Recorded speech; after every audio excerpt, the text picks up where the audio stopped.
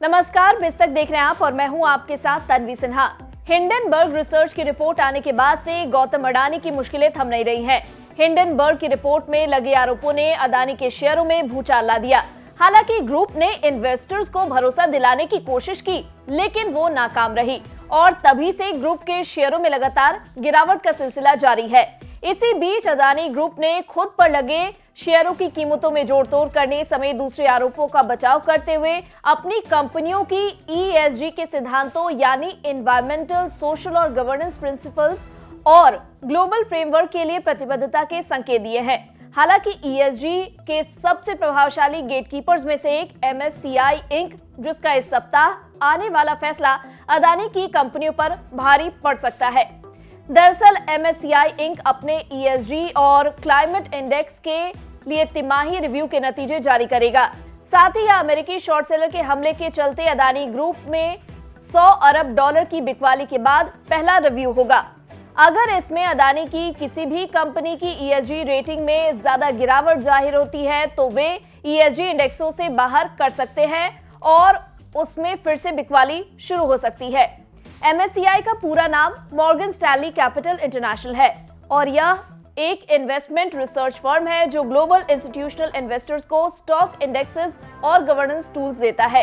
Index funds, hedge funds और exchange traded funds MSCI indices को benchmark मानते हैं। इसी के आधार पर वे अलग-अलग मार्केट्स में अपने इन्वेस्टमेंट एलोकेशन के फैसले लेते हैं। MSCI इंडेक्स में किसी बदलाव होने पर शेयर बाजारों में बड़ी खरीदारी या बिकवाली देखने को मिल सकती है।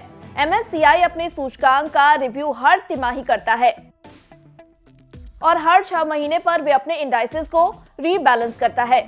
MSCI ESG रेटिंग्स का उद्देश्य कंपनी के फाइनेंशियल रेलेवेंट ESG यानी एनवायरमेंटल, सोशल और गवर्नेंस रिस्क और अपॉर्चुनिटीज के मैनेजमेंट को मापना है। इसमें रूल बेस्ड मेथोडोलॉजी के तहत इंडस्ट्री लीडर्स और कमजोर कंपनियों की पहचान की जाती है। इसका आधार उनका ESG रिस्क का एक्सपोजर और बाकी कंपनियों की अपेक्षा मैनेज करने की क्षमता के आधार पर होता है। ESG rating leader AAA, AA और वहीं औसत में अगर हम देखें तो A, BBB और BB से लेकर लैगार्ड यानी B और CCC तक होती है। MSCI इक्विटी और fixed income securities, loan, mutual fund, ETF और देशों को भी रेट करते हैं।